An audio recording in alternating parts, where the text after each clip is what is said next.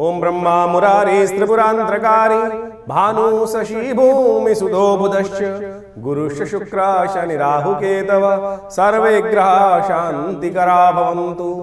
नमस्कार, स्वागत है आपका आचार्य वाणी में। मैं आचार्य डॉक्टर विक्रमादित्य आपके साथ हूँ। आज का विषय हमारा है कर्क राशि वालों के लिए जो बहुत बड़ा परिवर्तन होने का योग बन रहा है। राहु महाराज अपने महापरिवर्तन की तरफ जा रहे हैं।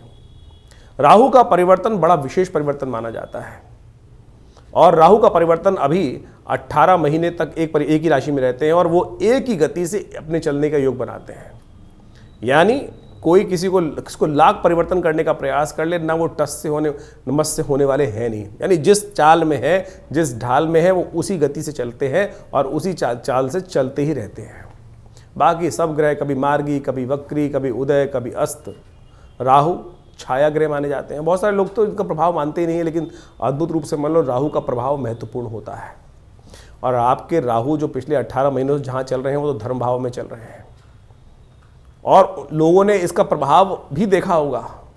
राहु का एक बड़ा विचित्र प्रभाव है। यदि वो नवम भाव में जब चलते हैं, यदि हम कर्क राशि के संबंध में बात करें तो इन दिनों विशेष तौर पर नवम भाव में चल रहे थे पिछले 18 महीनों से। 2023 अक्टूबर में शायद आए थे और अब परिवर्तन की तरफ जाएंगे, मई में आगे निकल जाएंगे। तब से जो लोग धर्म से विमुख रहे, राहु ने उनको बहुत परेशान किया होगा। यदि धर्म, आप समझ ले, समस्या क्या होती है कि पूजा पाठ करना धर्म केवल नहीं होता। आप चले जाते हैं, मंदिर में जाते हैं, पूजा पाठ करते हैं भगवान का, लेकिन परेशानी मन में कहीं ना कहीं रखते हैं। और भगवान की प्रार्थना, सरलता, अध्यात्म को मन में रखना, सत्य भाव से धर्म का पालन करना, वो धर्म है। उसका पालन कर जितने सरल रहोगे, राहु उतना आपका नेगेटिव प्रभाव कुछ नहीं कर सकता। लेकिन यदि प्रपंच करोगे तो राहु फंसा देगा, ये सत्य रूप से मान लो। अब राहु परिवर्तन का जो योग बना रहा है विशेष तौर पर बहुत विशेष है। आपके अष्टम भाव में महत्वपूर्ण परिवर्तन का योग राहु बनाकर वक्र गति से चलते हुए 18 मई 2025 को वहां पदार्पण करेंगे और 18 महीने ही आगे रहेंगे वहां पर, 5 दिसंबर 2026 तक। और ये आपके लिए एक जबरदस्त पीरियड होगा। ये आपको शांत बैठने देने वाला है नहीं। ये लगातार आपको चलायमान करने के योग बनाता रहेगा। और यदि इस गति को आपने समझ लिया, देखिए ज्योतिष वास्तविक तौर पर ये दिखाता है कि आपका आने वाला समय कैसा है। ये आपको खाली बैठाने वाला समय नहीं है। यदि आप इस गति के अनुसार से काम करने का प्रयास कर लिए तो ये आपकी गति को, यानी आपकी शक्ति को बढ़ा रहा है, आपको चलायमान कर रहा है, परिवर्तन लाने की योग बना रहा है। प्रवृत्ति ऐसी है कि जो ट्रेवल कराएगा, इधर उधर घुमाएगा एक जगह। अब आपको उस चीज को यूटिलाइज करना है। इस चीज को यूटिलाइज करके आपने कार्य कर लिया। ये पराधीनता को स्वीकार करने वाला ग्रह नहीं है इस वक्त। राहु जो है अष्टम भाव में चले गए। अष्टम भाव बंधन का भाव है, अष्टम भाव मिस्ट्री का भाव है, अष्टम भाव भगाने का भाव माना जाता है, अष्टम भाव जेल का भाव माना जाता है। अष्टम और राहु जो है वो पाप ग्रह हैं। पाप ग्रह जो है और वो भी आ रहे हैं शनि के घर पर। सेम प्रवृत्ति वाले घर, जैसा कहा जाता है ज्योतिष के दृष्टिकोण, जैसा शनि है वैसा राहु है। तो अब अभी तक वो बैठे हुए थे धर्म भाव में, और धर्म भाव में बृहस्पति की राशि पड़ी हुई थी और वहां जो कार्य करना चाहते थे वो करने दे नहीं रहे थे। अब अष्टम भाव में राहु जाने के बाद आपकी राशि के अनुसार से यदि हम बात करें तो ये बड़ा महत्वपूर्ण योग आपके लिए बनने के योग है। ये आपको विशेष तौर पर पराधीनता स्वीकार नहीं करने देगा, बंधन स्वीकार करने नहीं देगा। यदि ऑफिस में काम कर रहे हैं तो हो सकता है आपके मनोमस्तिष्क में ऐसा भाव हो जाए, अरे जो होगा बॉस अपना घर पे, मैं तो अपने जैसे का चाल में हूं। अब ये बुद्धिमत्ता नहीं है। ऐसे में आपको ग्रह की चाल समझनी है। ग्रह की चाल, अपनी चाल में मस्त। मैंने कहा, हमने आपको समझाने का प्रयास किया कि राहु अपनी चाल में ही चलने वाले हैं। अब सामने कोई भी आए उसको रौंदने का प्रयास राहु कर सकते हैं, लेकिन आपको ना रौंद दे, इसके लिए आपको खासतौर पर ध्यान रखना पड़ेगा। वाक शक्ति जो है, जो उसका ध्यान रखना पड़ेगा। कंठ संबंधित समस्याएं दे सकता है, वाक संबंधी समस्याएं दे सकता है कि जबान पर, बुद्धि पर, जिह्वा पर राहु का नेगेटिव प्रभाव पड़ सकता है। तो क्योंकि केतु वहां द्वितीय भाव में जाकर बैठ जाएंगे साथ में, ऐसे में क्या होगा कि पता नहीं मुख से क्या निकल जाए और वो आपको वाणी दोष दे दे। बहुत सोच समझ कर आप समाज में हैं, समाज के साथ चलने का प्रयास कर रहे हैं, तो इसकी विशेष तौर पर ध्यान रखते हुए कार्य करना पड़ेगा। गलत लोगों की संगत में कहोगे तो नीच राहु जो है वो बड़े नेगेटिव प्रभाव वाले ग्रह राक्षस योनि में उत्पन्न हुए। अभी हम कथा सुनाएंगे राहु की कि राहु कहाँ से उत्पन्न, क्योंकि उससे आपको जब तक कथा क्या करती है, कथा आपको समझाने का प्रयास करती है। एक कॉन्सेप्ट को समझाने के लिए भारतीय अध्यात्म विज्ञान के अंदर कथाओं का सार लिया गया है। कथा एग्जाम्पल के साथ आपको समझा देती है उसकी प्रवृत्ति किस प्रकार की है, और बहुत अच्छे उदाहरण से आप समझ भी सकते हैं। राहु की जो प्रवृत्ति है वो बड़ी नीच प्रवृत्ति है, और शनि के घर में जाके चल रहे हैं वो, तो उसी प्रवृत्ति के हैं, तो और वो भक्षण करने वाले हैं गलत कार्य, गलत चीज़ों की प्रवृत्ति की तरफ उदार। जैसा खाओगे अन्न वैसा हो जाएगा मन। तो आप अपने आहार को सुधारने का प्रयास कीजिए। किसी भी गलत काम में अपने आप न गलत संगत में ना बैठे। नीच लोगों के साथ बैठोगे तो नीचता में फंस जाओगे, कलंक लग जाएगा। एक होता है ना, एक एप्पल बास्केट में आ जाए खराब वाला तो पूरी बास्केट को खराब कर देता है। चरित्र का ध्यान रखना पड़ेगा, चरित्र का ध्यान रखना पड़ेगा। यदि चरित्र का ध्यान रखते हुए कार्य कर लोगे तो बहुत अच्छा रहेगा, नहीं तो राहु का नेगेटिव प्रभाव आपके जीवन में कष्ट देने के योग आपको बना सकता है। राहु आपको कई मिस्ट्रियों के संबंध में ज्ञान देने का प्रयास कर। अष्टम भाव जैसा हमने कहा मिस्ट्री का भाव माना जाता है, ऑकल्ट का भाव माना जाता है, अध्यात्म का भाव माना जाता है, योग का भाव माना जाता है, तंत्र का भाव माना जाता है, मृत्यु का भाव माना जाता है। मृत्यु अपने आप में सबसे मिस्ट्री है, यानी कुछ हिडन साइंसेस की तरफ आपकी प्रवृत्ति को बढ़ा सकता है। रिसर्च ओरिएंटेड दिमाग दे सकता है, चाहे शोध करने की तरफ आपको ले जा सकता है। कई चीज़ों में गहनतम बातें आपके कानों को बड़ा कर सकता है। कौन कह रहा था मेरे बारे में क्या, कौन मेरे बारे में अच्छा कह रहा था, कुछ खोज। ऐसी खोज करने से फायदा क्या है भाई? तो ऐसी प्रवृत्ति में ना टाइम, अब टाइम है 18 महीने का। अब चाहो इसकी प्रवृत्ति को समझकर कार्य करने की सही तरफ ले जाओ तो रहस्य का उद्घाटन भी कर सकते हो। बेकार के रहस्यों को उद्घाटन की तरफ ना लो, कुछ ऐसा काम करने का प्रयास करोगे। अज्ञात विषयों के संबंध में जानने का प्रयास करो। उन अज्ञात रहस्यों को जानने के लिए आकर्षण शक्ति को बढ़ाने का योग राहु दिखाई दे रहा है आपके लिए। एक बात ध्यान रखना, परिवार में कटुता दे सकता है, क्योंकि परिवार कुटुंब भाव पर उसकी दृष्टि पड़ रही है और वहाँ केतु भी विराजमान होने वाला है। हम अलग से वीडियो बनाएंगे केतु के ऊपर प्रभाव करते हुए, लेकिन राहु का प्रभाव पारिवारिक चीज़ों में कहीं ना कहीं वाणी दोष के कारण से जो बोल रहे हो सोच समझ के बोलने का प्रयास करना। तो और एक और सबसे बड़ी बात होने वाली है, राहु आपको स्ट्रेंथ देगा, जोखिम उठाने का सामर्थ्य भी देने के योग बना सकता है। तो यानी आपकी जो चीज़ है, आप जो कार्य कर रहे हैं उसमें रिस्क लेने का फैक्टर अच्छा देता दिखाई दे रहा है, प्रवृत्ति बढ़ा सकता है। तो ऐसे में सावधानी के साथ कार्य कर लिया तो बहुत अच्छा रहेगा। कुछ खास उपाय हैं, वो हम अवश्य करने का प्रयास कीजिएगा, लेकिन हम पहले बता रहे हैं कि राहु को समझें। राहु की कथा क्या है, जो उपनिषद है, पुराण है, वो राहु की उत्पत्ति कैसे बताते हैं, तब आपको समझ में आएगा कि राहु की प्रवृत्ति है क्या। कालगणना के अनुसार से हमारे पुराणों इत्यादियों में बहुत सारी कथाएं इंगित की गई हैं। राहु जैसा हमने आपको बताया एक बड़ा हठी ग्रह है। आपको उसकी पुरानी कथा तो समझ में आती होगी, बहुत सारे लोगों को शायद ज्ञान नहीं है, उसके संबंध में समझ लीजिए कि राहु का प्रभाव हठी क्यों है। कहा जाता है संसार के अंदर विशेष तौर पर समय समय पर विभिन्न घटनाएं घटी। एक बार संसार में समस्त कहा जाता है कि देवताओं और दैत्यों ने मिलकर सोचा कि अब संसार में बहुत सारी निधि की समाप्ति हो गई है, बहुत सारे चीज़ें कम हो गई हैं, निधि समाप्त हो गई थी संसार से। महालक्ष्मी जो है वो सागर में विराजमान हो गई थी और पूरे संसार से ऐश्वर्य समृद्धि इत्यादि धीरे धीरे क्षय हो गई थी। तो कहा जाता है कि आवश्यकता आविष्कार की जननी है। जिस प्रकार से तो देवताओं ने और दैत्यों ने मिलकर कुछ विचार किया, क्यों ना शोध किया जाए, मंथन किया जाए। तो उन्होंने सागर मंथन करने के लिए सुंदर व्यवस्था बनाई। जब सागर मंथन किया उसमें से विभिन्न विभिन्न रत्न, 14 रत्न जिनके बारे में कहा जाता है, वो उपस्थित हुए। महालक्ष्मी उपस्थित हुई, चंद्रमा उपस्थित हुए, ऐरावत हाथी उपस्थित हुआ, उच्च श्रवा घोड़ा उपस्थित हुआ, काल जो जहर था वो उपस्थित हुआ, और साथ साथ अमृत भी उपस्थित हुआ। अमृत यानी वो तत्व जो इस संसार में अमरता को प्रदान करते हैं। हम सब मानव हैं और हम सब की इच्छा क्या होती है, किसी प्रकार भी संसार में मृत्यु लोक में आने के बाद जाए ना, अमृत तत्व तो किसी ना किसी प्रकार से मिल जाए। देवताओं और दैत्यों में भी यही बहस की मुद्दा बना। अमृत तत्व निकला जब मंथन से। रिसर्च करोगे तो कुछ ना कुछ, जब मंथन करोगे तो कुछ ना कुछ अमृत निकल के ही आएगा, कुछ ना कुछ लाभ प्राप्त होगा ही होगा। जैसे दूध को मथा जाए तो उसमें से मक्खन निकलेगा ही। हर एक की इच्छा होती है मक्खन को किसी प्रकार से उपयोग किया जाए, लेकिन जो ग्वाला होता है उसको निकाल कर बेच देता है, पैसा कमा लेता है उससे। उसी प्रकार से जब अमृत निकल कर आया तो अब देवताओं ने और दैत्यों में छीना झपटी शुरू हुई, और उस अमृत को प्राप्त करने के लिए कहा जाता है कि भगवान ने जब छुपा के बहुत दिन रखा गया, उसके बाद भी वो समाप्त नहीं हुआ द्वेष आपस में, तो भगवान नारायण उपस्थित होते हैं बीच में, और भगवान नारायण ने उपस्थित होकर सबको समझाया, देखो मैं बांटता हूँ, सबको इसको बांटने का प्रयास, सुंदर रूप से व्यवस्था बनाई और मोहिनी रूप भगवान ने धरा और कहा, भगवान अब सोचे कि बहुत सारे लोग भ्रांति उत्पन्न कर सकते हैं कि मोहिनी रूप धर के तो एक तरह से छल किया गया है। देखिए एक बात समझ लें, जो इस बात को प्रतिपादित करना चाहिए, छल नहीं था, सत्य था। इसलिए था कि दैत्यों को अगर आप दे देते, गलत व्यक्ति के हाथ में अगर पावर दे दोगे, इस वक्त विश्व की सबसे बड़ी जो मिसाइलें हैं किसी गलत व्यक्ति के हाथ में आ जाएं तो वो क्या करेगा, विश्व को डरा धमका कर सब कुछ अपना वर्चस्व स्थापित कर लेगा। तो भगवान नारायण ने जो सुंदर व्यवस्था बनाई कि अमृत तत्व का उपयोग दैत्य किस प्रकार से करेंगे, देवता किस प्रकार से करेंगे, वो पहले से ही अच्छे से समझते थे। तो उन्होंने सुंदर व्यवस्था को बनाने का प्रयास किया कि दैत्यों को किसी प्रकार भी अमृत नहीं मिलना चाहिए।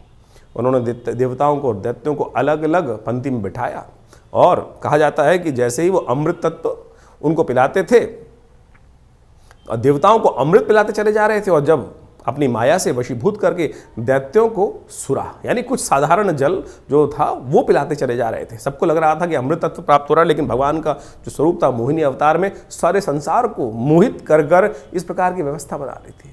कहा जाता है एक राक्षस था, शास्त्र में उसकी अनेक अनेक कथाएं हैं, लेकिन हमने जितना अध्ययन किया, स्वर्ण नाम का एक राक्षस था। स्वर्ण नाम का एक राक्षस था, उसने इस छल को देख लिया, पहचान गया भगवान को कि भगवान क्या कर रहे हैं कि देवताओं को अमृत पिला रहे हैं और जो दानव हैं, दैत्य हैं, उनको अमृत की जगह कुछ और पिलाया जा रहा है और समझ में किसी को आ नहीं रहा है।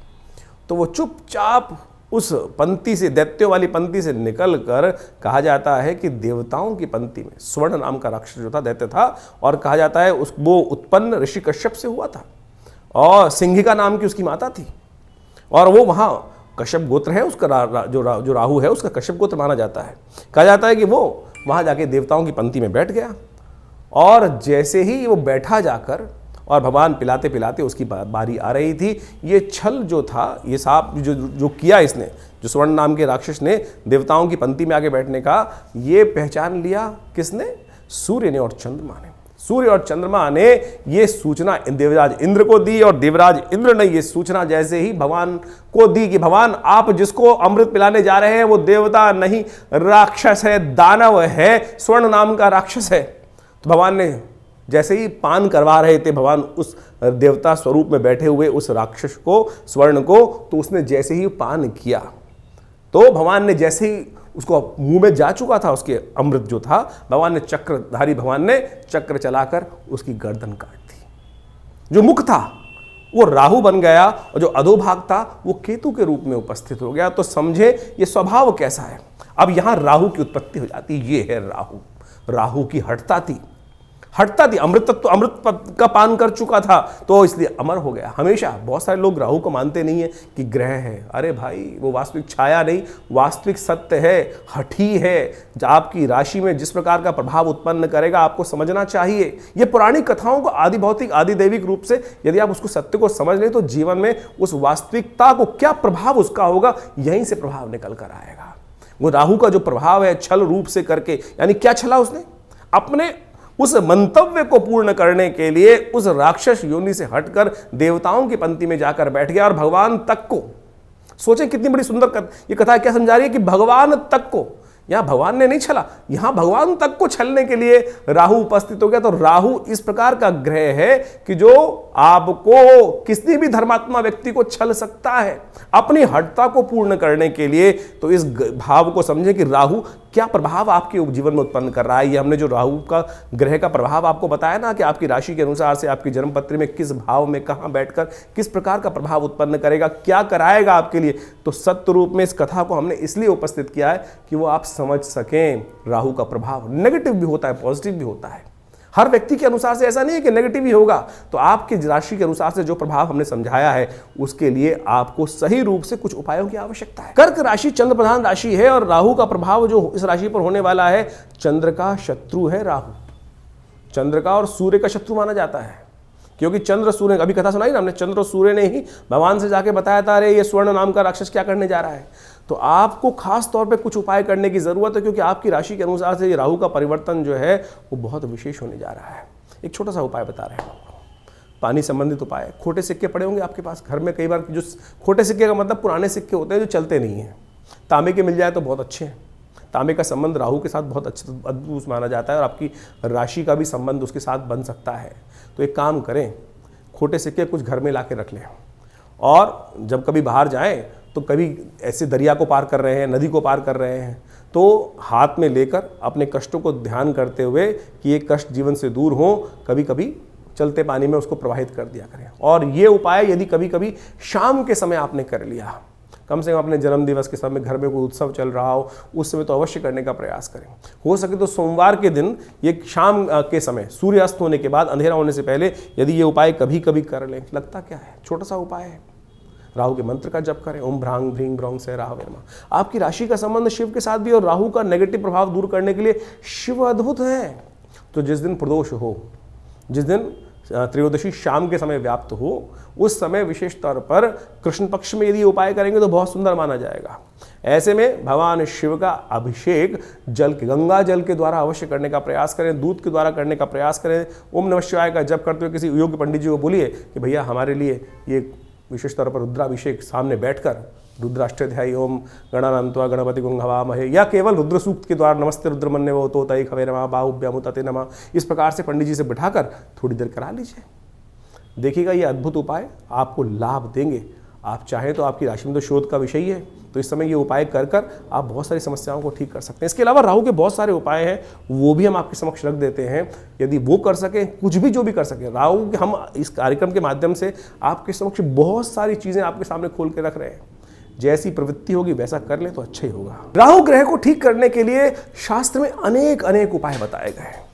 राहु भ्रमकारक ग्रह है, राहु वास्तव में मिथ्यात्मक ग्रह है, राहु बड़ा महत्वाकांक्षी है और इन सब का प्रभाव राहु पर जब पड़ता है तो उसके लिए ठीक करने के लिए देखिए, सकल पदार्थ हैं जगमाही कर्महीन पुरुष पावत नाहीं, ये तुलसी बाबा ने बहुत सोच समझ के एक बात लाइन लिखी है। और उन सब उपायों को किस प्रकार से ठीक रूप से किया जाए, अब आपकी राशि के अनुसार से आपने राहु का पूरा प्रभाव समझा, कुछ विशेष उपाय भी किए, लेकिन कुछ जनरल उपाय भी हैं शास्त्र के अनुसार से। कुछ जनरल उपाय इतने बढ़िया रूप से हैं कि यदि राहु ग्रह के दुष्प्रभाव को ठीक करने के लिए, अब क्या है कि जैसे दवाइयाँ होती है, वो एक ही दवाई तो है नहीं कि एक ही दवाई को खाएंगे ठीक कर लेंगे। अब हर भ्रांति के व्यक्ति को ठीक करने के लिए 5 उंगलियां बराबर नहीं है, अरबों लोग हैं और अरबों लोगों के हिसाब से अनेक अनेक उपाय। किसकी भ्रांति, किसी की दीक्षा, किसी का मंत्र में इच्छा ना हो तो राहु का उपाय कैसे करेगा, किसी की किसी और चीज में इच्छा ना हो तो वो कैसे राहु का उपाय ठीक करेगा। तो हम अनेक उपाय आपके समक्ष उपस्थित कर रहे हैं। देखिए वैसे तो सबसे श्रेष्ठ जो है वो जो उपाय है राहु के, वो तो मंत्र, दान और साथ में औषधि विज्ञान के अनुसार से जो उपाय बनते हैं वही बनाने चाहिए। 3 तरह के उपाय शास्त्र में सुंदर रूप से प्रमाणित जो बताए गए हैं, 3 कैटेगरी के उपाय, वो है सबसे पहला मंत्र, फिर दान और उसके बाद औषधि। प्रकृति से जो औषधि उत्पन्न होती हैं वो सब राहु के नेगेटिव प्रभाव को ठीक करने के लिए बहुत अद्भुत कार्य करती हैं। उन सबको सही समय पर सही रूप से कर लिया जाए तो बहुत अच्छे से लाभ मिलता है। सबसे पहले तो ये समझने का प्रयास करना चाहिए कि राहु हमारी कुंडली में नेगेटिव प्रभाव कर रहा है या हमारी कुंडली में पॉजिटिव प्रभाव कर रहा है। एक बात सीधी तरह से हम आपको सिद्धांतिक तौर पर समझा देते हैं। राहु का संबंध बिल्लियों के साथ होता है। देखिए यदि आपकी कुंडली में राहु नेगेटिव चल रहा है तो देखिएगा आपके घर के आसपास या तो बिल्लियां रो रही होंगी, बिल्लियां लड़ रही होंगी, रात्रि में बिल्ली के रोने की आवाज़ आती है, बिल्ली के लड़ने की आवाज़ आती है, तो समझ लेना चाहिए आपका राहु का प्रभाव कहीं ना कहीं नेगेटिव चल रहा है। कहीं ना कहीं राहु का प्रभाव आपकी कुंडली में नेगेटिव है। और यदि आप अध्यात्म से विमुख हो रहे हैं, राहु का प्रभाव एक सबसे बड़ा है, राहु ग्रहण कारक ग्रह है। राहु सूर्य को भी ग्रसित कर लेता है, जैसे हमने आपको समझाया। नैसर्गिक दृष्टिकोण से सबसे ताकतवर ग्रह माना जाता है राहु ग्रह। कोई उसके आगे चलता नहीं है किसी का बस। यानी सबसे ज्यादा प्रभाव क्या होता है, सूर्य का ग्रह का प्रभाव होता है। सूर्य किसी हर ग्रह को अस्त कर सकते हैं, लेकिन राहु जिसको छायात्मक ग्रह रूप में माना जाता है, कई लोग तो मानते भी नहीं है। बहुत सारे लोग ये भ्रांति उत्पन्न करते हैं राहु ग्रह थोड़ी है, छाया है वो तो। अरे भैया राहु का प्रभाव नैसर्गिक दृष्टिकोण से यदि आप पढ़ोगे, ज्योतिष की गणनाएं सीखोगे, तो सबसे ज्यादा नैसर्गिक दृष्टिकोण से बलशाली ग्रह जो है वो राहु ही माना जाता है। और कहा जाता है, जिस प्रकार समझें कि राहु सूर्य को भी ग्रसित कर लेता है। अभी हमने आपके समक्ष जो कथा उपस्थित करी, सूर्य राहु जो राहु है वो सूर्य और चंद्र, क्योंकि उनकी आपस में परम शत्रुता है। राहु के 3 शत्रु माने जाते हैं वैसे तो। जी हाँ, राहु के 3 शत्रु माने जाते हैं, सूर्य, चंद्र और केतु भी, क्योंकि बिल्कुल उल्टा प्रभाव है। राहु के बिल्कुल स्वभाव से उल्टा प्रभाव है केतु की, हम कभी गणना करेंगे, बताएंगे आपको। लेकिन इस वक्त समझे कि जब राहु जो है सूर्य को ग्रसित कर लेता है, ग्रहण लगा देता है, जो सूर्य सबको अस्त करता है उसको अस्त कर देता है, फिर चंद्र ग्रहण लगा देता है, तो सबसे ज्यादा बलशाली ग्रह माना जाता है। तो इसका प्रभाव बिल्कुल अवश्य होता है हर व्यक्ति के ऊपर, तो इसके प्रभाव को ऐसा हल्का नहीं समझना चाहिए। तो इस प्रकार से बहुत सारे उपाय शास्त्र में वर्णित हैं, उनको हम आपके समक्ष रखने का प्रयास करते हैं। उनमें से अनेक उपाय शास्त्र के अनुसार से कर सकते हैं। अब ये बात समझे कि जो किस प्रकार से कब किया जाए उपाय। देखिए, हर ग्रह का समय है, हर ग्रह की एक दिन माना जाता है। जैसे सूर्य का सूर्यवार संडे है, सूर्य रविवार उसको बोला जाता है, चंद्रमा का सोमवार है, मंगल का मंगलवार है। इसी प्रकार से अब राहु और केतु का कोई ग्रह तो है नहीं, कोई समय तो है, कोई दिन तो है नहीं, लेकिन राहु का जो समय है वो है प्रदोष काल, सायंकाल जो प्रदोष काल है। सूर्य अस्त जब हो जाते हैं, अंधेरा नहीं होता है, जो वो करीब करीब 2 घड़ी का आसपास का समय, 45 मिनट के आसपास का समय, वो राहु का वास्तविक समय माना जाता है, जिसको पक्की शाम बोला जाता है। तो ऐसा समय जो है वही प्रदोष काल है। इसलिए संबंध किससे निकला?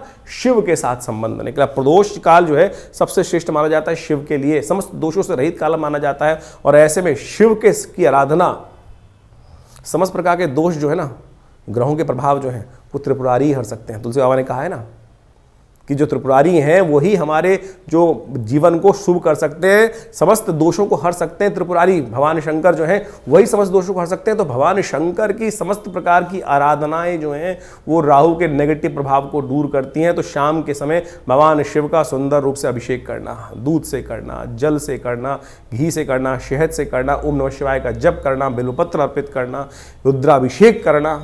उपयुक्त ब्राह्मणों के द्वारा जब राहु का नेगेटिव प्रभाव चल रहा हो तो क्या कर लें? सबसे पहले रुद्राभिषेक कर लें भगवान का। ये बड़े सुंदर रूप से कार्य कर सकता है। और साथ साथ क्या करें? ओम भ्रांग भ्रींग भ्रौंग, जैसा हमने आपको बताया अभी कुछ देर पहले, ओम भ्रांग भ्रींग भ्रौंग से राहवे नमः, ये राहु का बहुत अच्छा मंत्र है, इसका जप कर लिया कीजिए। एक और राहु का उपाय प्रभाव बताएं। राहु का मंत्र जप जो करें रुद्राक्ष की माला से कर सकते हैं, वो कोई दिक्कत नहीं है, लेकिन बड़े शुद्ध रूप से करें। बड़ा सीधा साधा मंत्र है, ओम भ्रांग भ्रींग भ्रौंग से राहवे नमः। एक काम और कर सकते हैं, जो पूजा वाले नारियल होते हैं ना, जब राहु का नेगेटिव प्रभाव किसी प्रकार भी ठीक ना हो रहा हो तो एक काले कपड़े में शनिवार के दिन रात्रि के समय शाम को जब सोएं तो अपने सिराने 4 पूजा वाले नारियल काले कपड़े में लपेट के रख लें और सुबह किसी चलते पानी में उसको प्रवाहित कर दिया करें। ये राहु का बहुत अच्छा नेगेटिव प्रभाव को दूर करने के लिए अद्भुत उपाय है। और साथ साथ एक उपाय और हम बताने का प्रयास करें। मां दुर्गा की सुंदर आराधना भी राहु के नेगेटिव प्रभाव को ठीक करती है। एक बात और समझ लें, किसी प्रकार का तामसिक आहार, किसी प्रकार का गलत भावों में जाना, ये राहु के नेगेटिव प्रभाव को और बढ़ा देगा। राहु किसका प्रतीक है? अभी हमने आपको कथा समझाई, राहु जिद का प्रतीक है। अभी आपके मनोभाव में यदि जिद आ रही है तो यानी वो समझ लीजिए राहु नेगेटिव प्रभाव उत्पन्न कर रहा है। इतना हटी कि जाकर भगवान के उस छल को पहचानने के बाद उस भी अपनी हटता पे अड़ा रहा। देखिए सामने किससे लड़ने जा रहा था? एक साधारण राक्षस भगवान नारायण से लड़ने के लिए उपस्थित हो गया और उनके विमुख जाकर यानी अपनी हटता, अपने मंतव्य को पूर्ण करने के लिए इतना हटी राहु ग्रह है कि जाकर वहां बैठ जाता है। उसको पता था मेरा क्षय होना निश्चित है, लेकिन फिर भी दाव खेल जाता है। तो ऐसा हटी राहु ग्रह है, उसको ठीक करने के लिए गोमेद रत्न बड़ा अच्छा है। 8 रत्ती का गोमेद आप धारण कर सकते हैं, लेकिन शुद्ध रूप से मिल जाए। तो आज की तारीख में तो रत्नों का ऐसा हिसाब किताब हो गया है कि वो लैब में बनाकर लोग बेच देते हैं, फिर वो कल्चर्ड है तो क्या उत्पन्न करेंगे। इसके साथ साथ आप राहु का जो प्रभाव है वो भी उसको ठीक करने के लिए कार्य कर सकते हैं। आप एक काम कर सकते हैं, कोयला लेकर यदि शाम के समय चलते पानी में उसको प्रवाहित कर दीजिए। कभी कभी ये उपाय कर लिया कीजिए। मूली का दान करना भी राहु के लिए बड़ा अच्छा उपाय माना जाता है। एक उपाय और बताया आपको हम, बड़ा सुंदर उपाय है। देखिए राहु जो प्रभाव है ना, वो भ्रम का प्रभाव है। भ्रम छाया कारक ग्रह है। राहु के उपाय को, राहु के नेगेटिव प्रभाव को ठीक करने के लिए काम कर सकते हैं आप नित्य प्रति। देखिए हमने जैसे कहा कि औषधि जो विज्ञान है वो बड़ा सुंदर है। अपने घर में गूगल की धूम्र उपस्थित किया करें।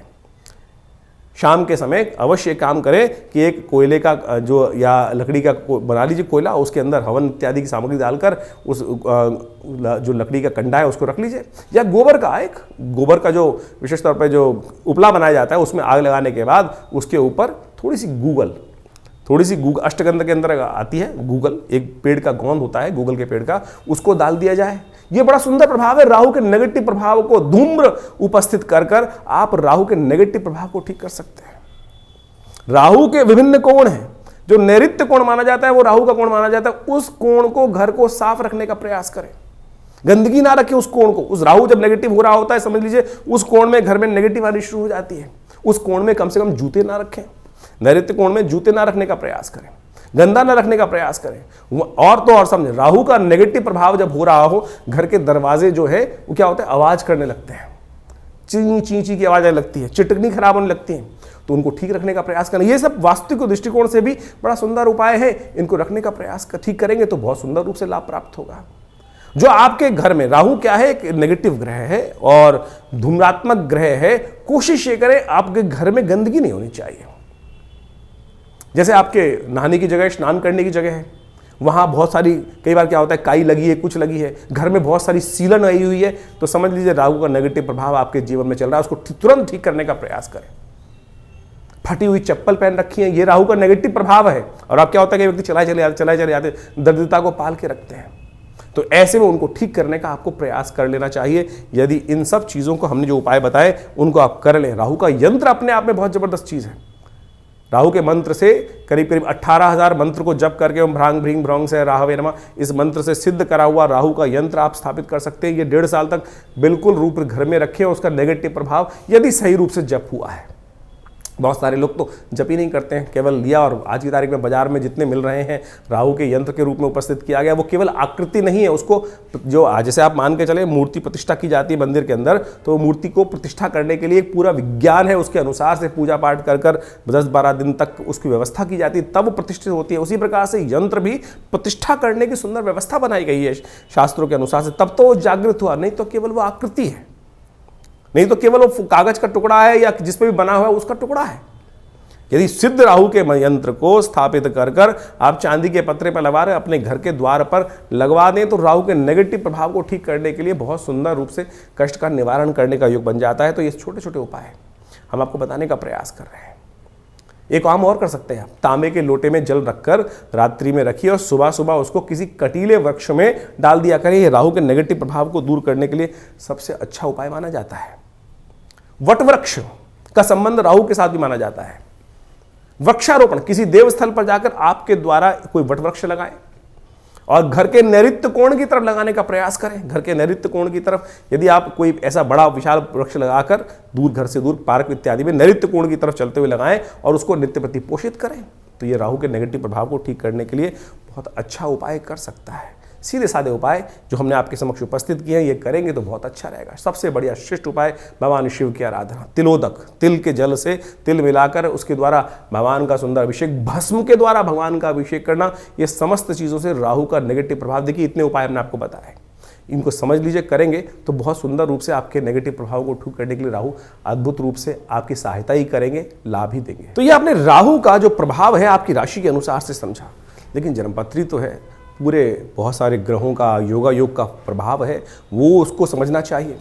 लेकिन एक स्पेसिफिकली ग्रह भी परिवर्तन कर जीवन में वारे न्यारे कर सकता है, इस बात को हमको समझना चाहिए। जन्मपत्री जो है बहुत ही वृहद वर्णन है ज्योतिष का, और उनमें अनेक योग आपकी जन्मपत्री में बने होते हैं, और जिनको विभिन्न शास्त्रों में, पाराशर, जयमिन इत्यादि विभिन्न ऋषियों ने, विभिन्न संतों ने समय समय पर ज्योतिष के जो प्रकांड पंडित थे उन्होंने उपस्थित किया है। और उन सब ग्रहों की स्थिति को समझकर, यदि उन ग्रहों की स्थिति को समझें और उनका प्रभाव समझें और उसका प्रभाव हमारे पर किस प्रकार का होने वाला है, हम जिस वक्त जन्म लिए हैं, हमारे जन्मपत्री में जो ग्रहों का प्रभाव है वो किस प्रकार का है, यदि उसको सही समय पर समझ लिया जाए तो आने वाले समय को सही से समझकर जीवन के बहुत सारे कष्टों को दूर कर सकते हैं। कई बार क्या होता है कि जब भाग्य में बहुत कुछ कष्ट लिखा होता है तो हम सही जगह पहुंच नहीं पाते हैं। इसलिए भाग्य को, ज्योतिष विज्ञान जो है, ज्योतिष को विज्ञान कहा जाता है, ज्योतिष को शास्त्रों में जो विज्ञान की बात की गई है, देखिए सोचें कि आज नासा की जो गणना है वही हमारे ज्योतिष शास्त्र की गणनाओं को बिल्कुल मैच करती हैं। चाहे वो ग्रहण का प्रभाव हो, चाहे वो ग्रहों की दूरी हो, चाहे वो ग्रहों की गति हो, चाहे वो ग्रहों का जिस प्रकार से अस्त होना, दिखाई देना, किस प्रकार का योगा योग बनना है, कब, आज नहीं 100 साल बाद का भी गणना ज्योतिष शास्त्र के अनुसार से बताई जा सकती है, और वो बिल्कुल एग्जैक्टली मॉडर्न एस्ट्रोनॉमी के पॉइंट ऑफ व्यू से बिल्कुल एग्जैक्ट बैठती हैं।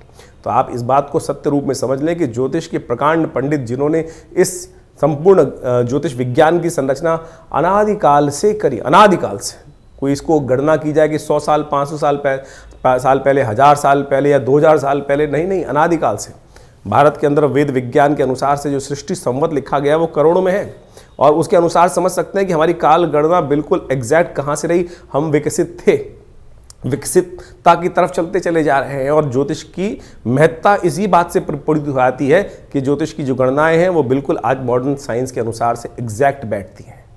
तो इस बात को हमें ज्योतिष विज्ञान को समझना चाहिए और ग्रहों की गणना के अनुसार से चीज़ों को समझते हुए कार्य कर लेते हैं। बहुत सारे लोग विडंबनाएं मन में उत्पन्न कर सकते हैं कि सब बकवास है, कुछ नहीं है, क्या नहीं है। ऐसे तो मॉडर्न जो हेल्थ पॉइंट ऑफ व्यू से जो मॉडर्न विज्ञान है उसके अनुसार भी बहुत सारी चीज़ जंजाल बन जाती हैं, और लेकिन जब भाग्य होता है तो सही दिशा सही डॉक्टर पे व्यक्ति पहुंच जाता है और उसके द्वारा बताए गए निदान को प्राप्त कर कर आरोग्यता प्राप्त कर लेता है। वही ज्योतिष विज्ञान है कि सही समय पर हमें सही समय की चाल समझ में आ जाए और उसका प्रभाव हमारे जीवन पे किस प्रकार का प्रभाव होने वाला है वो समझ में आ जाए, तो हम जीवन के वारे कष्टों को दूर कर सकते हैं, वारे न्यारे कर सकते हैं।